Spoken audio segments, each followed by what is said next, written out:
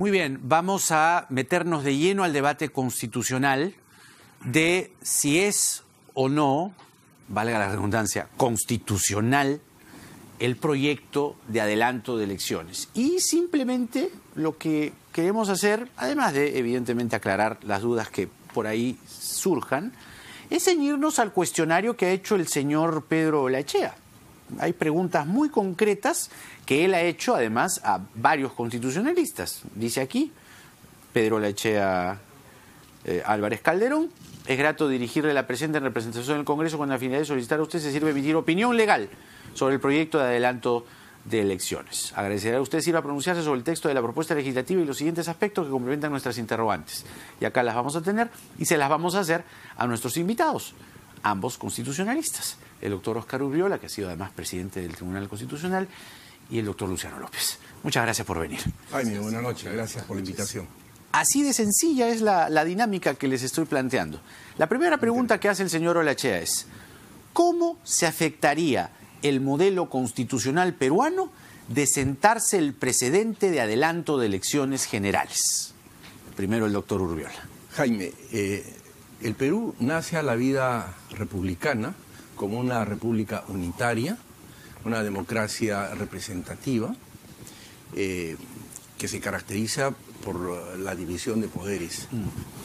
Y obviamente las instituciones del sistema democrático nos aconsejan que la Constitución es la ley de leyes, y en ella encontramos algo muy importante, que es el periodo constitucional por el cual se eligen a los congresistas y al presidente de la República conjuntamente con los dos vicepresidentes. Alterar el periodo constitucional de 5 años que se viene repitiendo desde 1920, ya casi 100 años, me parece a mí que es alterar el sistema democrático, crear un clima de inestabilidad e inseguridad jurídica que no es bueno para la vida democrática del país. Afecta entonces para usted el modelo constitucional peruano. ¿Qué dice Luciano López? Ok, yo lo que veo más bien es que la pregunta tiene 2 elementos. Dice, ¿cómo se afectaría el modelo constitucional peruano? Y entonces habría que preguntarnos qué caracteriza el modelo constitucional peruano para saber si se afecta. Y en segundo lugar te dice, de sentarse el precedente del adelanto de elecciones. A ver, el presidente del Congreso que ha formulado esto: señor, este no es un precedente nuevo, ya existe. O sea, para el año saber, 2000. Exacto. O sea, hay un precedente. Hay que distinguir, es cierto, el contexto político que activó la fórmula jurídica constitucional. Porque voy a poner un ejemplo muy sencillo para que la gente a lo mejor lo pueda entender. Es como si 2 empresas o 2 personas hubieran celebrado un contrato, ¿correcto? Luego entran a un conflicto y entonces ellos se ponen de acuerdo y luego llaman a sus abogados y le dicen: oye, hemos llegado a este acuerdo, ¿cómo modificamos el contrato? Y entonces los abogados diseñan una cláusula y ponen en blanco y negro ese acuerdo que han tenido. Ok, ese antecedente de conflicto con la vigencia de la Constitución del 93 ocurrió en el 2000. El detalle es que las fuerzas políticas se pusieron de acuerdo y se construyó una fórmula jurídica, que son esas disposiciones transitorias especiales en la Constitución que no alteraron, me refiero, el periodo diseñado en la Constitución, porque esa fórmula ha quedado siempre, 5 años, como bien lo ha dicho el doctor Urriola. Lo que se hizo fue en ese momento que los representantes que habían sido elegidos para ese periodo se acortó mediante esa fórmula. Entonces, para empezar y responder esta pregunta, entonces, ¿cómo afectaría el modelo constitucional peruano de sentarse el precedente de adelanto de elecciones? Bueno, precedente hay, y el precedente del año 2000. Punto número 1. Y entonces, desde ese punto de vista, como existe una fórmula jurídica para esa cuestión política, ese problema político, entonces la pregunta sería: si hoy se argumenta que afecta el modelo constitucional peruano, modelo que tiene una fórmula para reformar la Constitución, y esa fórmula está en el 206. De acuerdo. Y se ha seguido ese procedimiento, porque el presidente ha presentado el proyecto y el Congreso tendrá que decidir si lo aprueba o no lo aprueba. Entonces yo no veo cómo se afecte ese modelo. Ahí va justamente la segunda pregunta de Pedro Olaechea. Estamos resolviendo el cuestionario del señor Pedro Lechea. A la primera pregunta, ¿cómo se afectaría el modelo constitucional peruano? El doctor Urbiola dice que sí se afectaría. El doctor López, en buen cristiano, dice que no se afectaría porque además hay un precedente, que es también lo que carga la pregunta. La segunda pregunta, doctor Urbiola, es: ¿el Congreso de la República tiene entre sus facultades aprobar o no la iniciativa legislativa planteada por el Ejecutivo? El Congreso de la República en nuestro ordenamiento jurídico es un poder constituyente derivado o delegado. La Constitución en el artículo 206 establece que el Parlamento, bajo dos fórmulas, una con una votación, en primera votación de una mayoría absoluta, que es la mitad más uno de los miembros, y luego sujeta a una ratificación en un referéndum, puede aprobar una reforma. O mini legislaturas ya con votación calificada. Más de los ¿qué es lo que pasó en el 2000? Exactamente, en 2 legislaturas ordinarias puede reformar la Constitución. El tema es si puede o no tiene en sus este facultades caso, Jaime, para aprobar o no. Déjame resaltar que el único poder constituyente delegado en el Perú es el Congreso de la República. Y en eso se diferencia del Ejecutivo, que tiene iniciativa legislativa en reforma constitucional, la tiene, lo dice el mismo artículo 206, pero el Ejecutivo no tiene ninguna injerencia en el proceso en sí, o sea, de la reforma constitucional. Él es el Congreso. Es el Congreso. Y en su defecto, el pueblo en referéndum convocado conforme a ley. Perdone un segundo nada más, hay un caso urgente. En este momento está el señor Quispe, que tiene a la esposa y dentro de su esposa tiene 7 meses de embarazo de 2 gemelas. En este momento están trasladando a la mujer embarazada de gemelas para ser atendida en el Hipólito Unanue. La han tenido que sacar del San Bartolomé porque no habían incubadoras en el Hospital San Bartolomé, Avenida Alfonso Ugarte, Cercado de Lima. Carlos Medina, cuéntanos. Familiares. Sí. Buenas noches, Jaime. Así es, doctora, por favor, estamos en vivo para RPP Noticias. ¿Cuál es la ayuda que se le está brindando? ¿A dónde la van a trasladar? Se está trasladando a un hospital en el cual le van a brindar el servicio que requiere, porque es un embarazo gemelar, que es un alto riesgo para hacer un embarazo prematuro. ¿Es correcta la información que dimos en RPP sobre la falta de incubadoras? No le podría dar ahorita la información, más bien quiero un poquito estar con la familia porque está muy preocupada por la situación. Un parto es bien riesgoso tanto para la madre y para el hijo, y en esta situación por ser gemelares es mayor todavía. Entonces, se indicó en un primer momento que la vida de las gemelas lamentablemente iban a fallecer ellas. Eso, por favor, como le digo, déjeme, sí, por eso ahorita yo estoy un poquito preocupada por la familia. Dejen por ahí y ya de ahí más adelante vamos a brindar la información. Por las bebés y por la señora. Sí, ¿Cómo se encuentran de salud?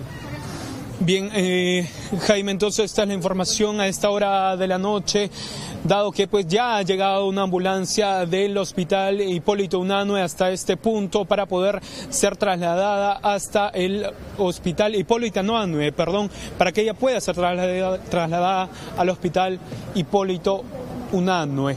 Mientras tanto, la familia todavía permanece aquí y en unos minutos van a ser llevados hasta este centro médico. Nosotros vamos a trasladarlo hasta el otro punto para poder llevar mayor información. Adelante.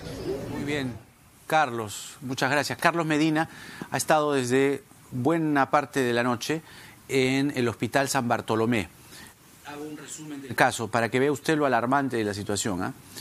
El señor Álvaro Quispe tiene su esposa Flor de María. Flor de María de pronto empezó a sentir ya, digamos, los síntomas propios de un embarazo anticipado, 7 meses de gestación, 2 gemelas. Llegó al San Bartolomé. En el San Bartolomé lo que le dicen es: tenemos que intervenir. La vida de su esposa corre peligro. Ya, pero no hay incubadoras. Al señor lo dejaron, Dios mío, con el corazón en el pecho a punto de estallar. Evidentemente, cualquiera se le sale el corazón de la impresión. Salió en la radio hace un momento, conversó con nosotros y él estaba dispuesto a irse a un centro privado. Imagínese, Avenida Alfonso Ugarte, Cercado de Lima. No estamos hablando del Hospital de Lambayeque, no estamos hablando de Arequipa, no estamos hablando de Trujillo, no quiero pensar en Puno ni Madre de Dios en una situación de extrema gravedad, pero esto es acá, a pocos kilómetros de Palacio y del Congreso, en el San Bartolomé.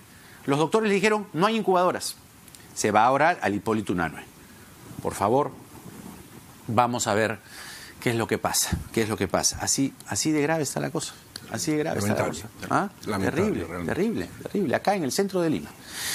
Bueno, regresemos. Vamos a estar atentos. ¿Ah? No le descuidamos, no le perdemos el ojo al tema. Recalco entonces, Jaime, el Sí. Congreso es el único que tiene la facultad de poder constituyente delegado. De acuerdo. A ver, doctor López, ¿el Congreso de la República tiene entre sus facultades aprobar o no la iniciativa legislativa planteada por el Ejecutivo?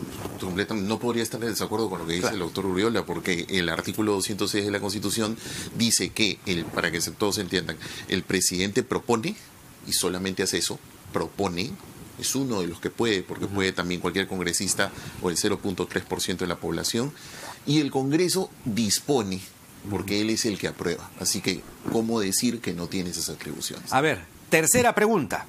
En cualquiera de las dos opciones, o una aprobación con modificaciones, ¿puede ser observada por el presidente? No. El artículo 206 de la Constitución expresamente dice que la reforma constitucional que apruebe el Congreso no puede ser observada por el Ejecutivo. A pesar de que se aprobaron antes dos reformas. Es que en realidad ha habido un paquete de una serie de disposiciones y en realidad no ha habido ninguna ni puede haber observación sobre la reforma. No la puede observar, dice el doctor. doctor No la puede Urriola. observar. Es más, como le hacía notar al doctor Luciano López antes de ingresar aquí, la Constitución del 79 incluso tenía un problema de redacción. Sí, pues. Decía que el proyecto de reforma constitucional no puede ser observado por el presidente, el proyecto. Y la Constitución del 93 es más explícita, dice que la reforma constitucional aprobada por el Congreso no puede ser observada por el Ejecutivo. ¿Qué dice doctor López? Bueno, lo que pasa es de que evidentemente el 206 de la Constitución dice que el presidente no puede observar. Observar es vetar, pero eso ocurre solamente cuando el Parlamento aprobó, sea que lo haya aprobado íntegramente o sea que lo haya modificado. No confundamos cuestión de Con la confianza. cuestión de confianza. Que eso viene en la pregunta. Así es. Que ahí viene en la viene. pregunta siguiente. Claro, entonces estamos tratando, o el señor Oleche a través de este cuestionario está tratando de atar cabos Sí, claro, y de probablemente. poner candados de acuerdo a la Constitución. Sí, claro. Y ahí viene entonces la pregunta 4.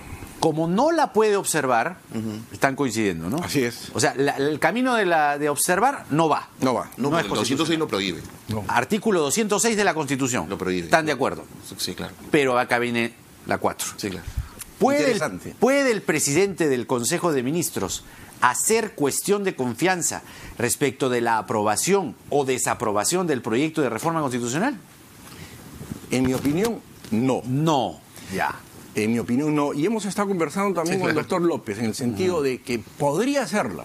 Y si el Congreso se la niega, no va a pasar nada. En mi concepto, no lo puede hacer porque la cuestión de confianza, tal como lo ha definido ya el Tribunal Constitucional, y mire lo que dice la sentencia que se dictó cuando se planteó la inconstitucionalidad de una resolución legislativa que modificaba el reglamento del Congreso.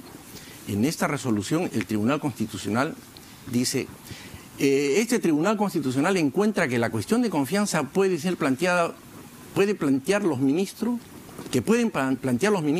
ha sido regulada en la Constitución de manera abierta, referida a leyes, Sí. con la clara finalidad de brindar al Poder Ejecutivo un amplio campo de posibilidades en busca de respaldo político Pero dice por ahí parte del referida a Congreso leyes. no sé, para llevar a cabo las políticas que su gestión requiera. Esto no requiere... Esto no es gestión, pues, es reforma constitucional. La Ya. gestión está ¿Y vinculada... la reforma de la justicia qué fue? No, es gestión. Es ¿La gestión. reforma política también? Pero No, fueron cambios no, constitucionales. perdón, la reforma constitucional... Por eso. La reforma constitucional no es gestión. Ajá. No es gestión. Eso se implementa a través de dispositivos legales ordinarios. Pero esta reforma constitucional de acortar el periodo no es gestión. A ver, pero vamos Eso ahora no es con gestión. el doctor López. ¿Es gestión? ¿No es gestión? ¿Qué pasa con La el reforma precedente? constitucional no puede ser gestión. A ver, De ninguna manera. El precedente de la reforma de la justicia y la reforma política, que si bien es cierto, son gestión, pero fueron cambios en la Constitución. A ver. Primero, antes de responder esa pregunta específica, voy a decir muy brevemente lo siguiente. En eso yo estoy con mucho aprecio por el doctor Urbiola en desacuerdo. Para mí sí es posible plantear cuestión de confianza por reformas constitucionales, y ahí amarro con tu pregunta en concreto. Lo que pasa es que pueden haber proyectos de reforma constitucional que pueden estar atadas a una política pública y pueden existir a lo mejor propuestas de reforma constitucional que no tengan ese carácter. Ya, pero el hecho que ya haya ocurrido, es decir, sí, no, claro. no es un precedente. Los malos precedentes yo creo que debemos hacerlos a un lado. ¿usted porque cree? Los golpes de Pero, Estado... ¿cuál es la interpretación? ¿Los golpes de Estado son precedentes en el Perú? Pero si me permite, no. si me permite, doctor, tampoco lleguemos a ese extremo. Claro, por eso mismo. Por eso, no. lo estamos analizando Claro. los Ahora, cauces de la golpes de Estado Constitución. se dan precisamente utilizando los mecanismos democráticos, Claro, aparentemente. Pero doctor Urbiola, no estamos en una situación de golpe de Estado. Por eso, no estamos, no estamos en para invocar el presidente del 2000, no estamos en la misma situación. Pero, para ver. Para empezar, en el 2000 no había un golpe de Estado. Y en segundo lugar, lo que ocurrió allí fue lo siguiente, y veamos el decurso histórico. Sale el video Curi Montesinos, sale Fujimori, él propone el proyecto de ley, el Parlamento lo aprueba con una mediación de la OEA, paréntesis, ahí ha abierto una caja de Pandora, creo, el presidente Olaechea, porque ha llamado a la Comisión de Venecia y va a venir, con lo cual podría haber un espacio de articulación el escenario parecido al de la OEA. 2019, ¿no? Paréntesis. ¿Podría haber una mesa de diálogo? Podría haber. Porque parte del análisis que hace la Comisión de Venecia es lo que acaba de ofrecer, venir justamente a conversar con todos los actores. Exactamente. Entonces, y luego de ese acuerdo, buscaron la fórmula jurídica. Para mí sí es posible plantear la cuestión de confianza, incluso la propia sentencia del Tribunal Constitucional invoca el debate constituyente, donde se puede plantear de amplia forma. Y ahí justamente antes de conversar, hablamos con los... Me parece que ahí a lo mejor sí hemos estado en parte de acuerdo en un pequeño extremo, en donde, al menos a mí en lo particular, yo creo que la cuestión de confianza no merma ninguna competencia del Parlamento. ¿Por qué? Porque el Parlamento es soberano en decidir si la otorga o no. Ahí viene la quinta pregunta. En caso que el presidente del Consejo de Ministros, pregunta Olaechea, formule un pedido de cuestión de confianza respecto del proyecto de reforma constitucional, ¿podría el Congreso no tramitarlo? Podría no tramitarlo, no da la confianza y solamente se va el ministro. Renuncia el ministro. ¿Qué ministro? El Premier. El Premier. Yo en eso estoy en desacuerdo y leo textualmente lo que dice el reglamento del Congreso. La cuestión de confianza solo se plantea por iniciativa ministerial, puede presentarle el presidente del Consejo de Ministros y dice al final, será debatida en la misma sesión que se plantea o en la siguiente. Será debatida. En ningún momento el reglamento del Congreso señala de que puede generarse una articulación sobre el trámite.